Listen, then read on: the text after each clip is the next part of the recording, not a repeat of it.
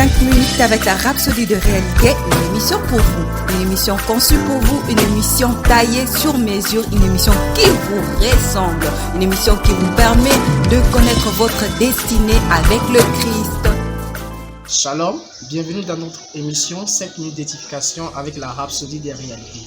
Aujourd'hui, samedi 28 septembre, Pasteur nous enseigne sur un thème intitulé « Vous êtes dans le règne de la vie » et le verset du vertu est tiré de Jean 5, verset 24 qui dit « En vérité, je vous le dis, celui qui écoute ma parole et qui croit à celui qui m'a envoyé à la vie éternelle et ne vient point en jugement, mais il est passé de la mort à la vie. Amen. » Et le commentaire dit « La malédiction de mort est sur toute la terre, et c'est la raison pour laquelle tous sur la terre se déprécient.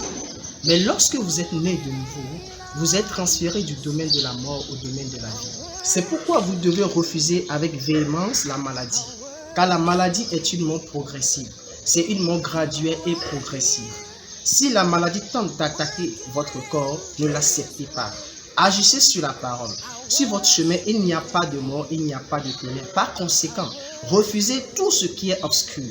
La Bible dit « Résistez au diable et il fuira loin de vous » Jacques 4, verset 7. Ce que nous lisons dans notre écriture du vertu, c'était les paroles de Jésus. Plus tard, après son ascension et que l'église du Nouveau Testament ait commencé, l'apôtre Paul a répété la même vérité dans Romains 8, verset 1 qui dit « Il n'y a donc maintenant aucune condamnation pour ceux qui sont en Jésus-Christ, qui ne marchent pas selon la chair mais selon l'esprit. » Pourquoi n'est-il pas de mort ou de condamnation pour ceux qui ne marchent pas selon l'essence, mais vivent conformément à la parole?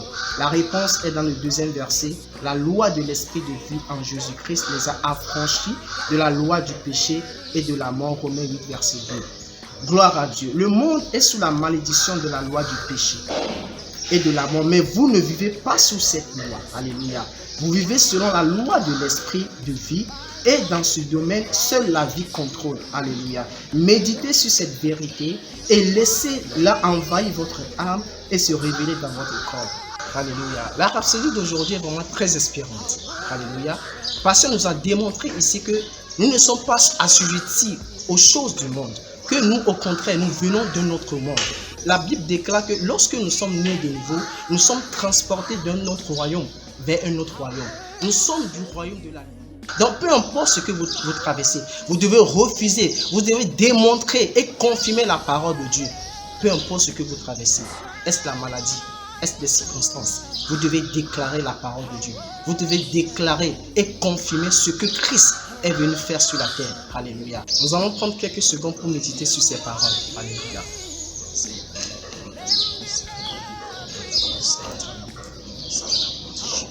Alléluia. Nous allons prendre la confession, vous allez répéter après moi. La loi de l'esprit de vie en Christ Jésus m'a affranchi de la mort et de la loi du péché. Je vis et je marche selon la loi de la vie, car je vis dans le domaine de la vie. Alléluia. Il n'y a pas de ténèbres ni de mort sur mon chemin. La vie est à l'œuvre dans chaque fibre de mon être au nom de Jésus. Amen. Les études approfondies se trouvent dans Jean 5, verset 24 et dans 1 Jean 5, verset 11 à 13. Demeurez bénis. Nous croyons que vous avez été bénis par ce message. Nous vous invitons à faire de Jésus-Christ le Seigneur de votre vie en disant cette prière. Seigneur Jésus, viens dans mon cœur et deviens le Seigneur de ma vie. Je reçois la vie éternelle dans mon esprit.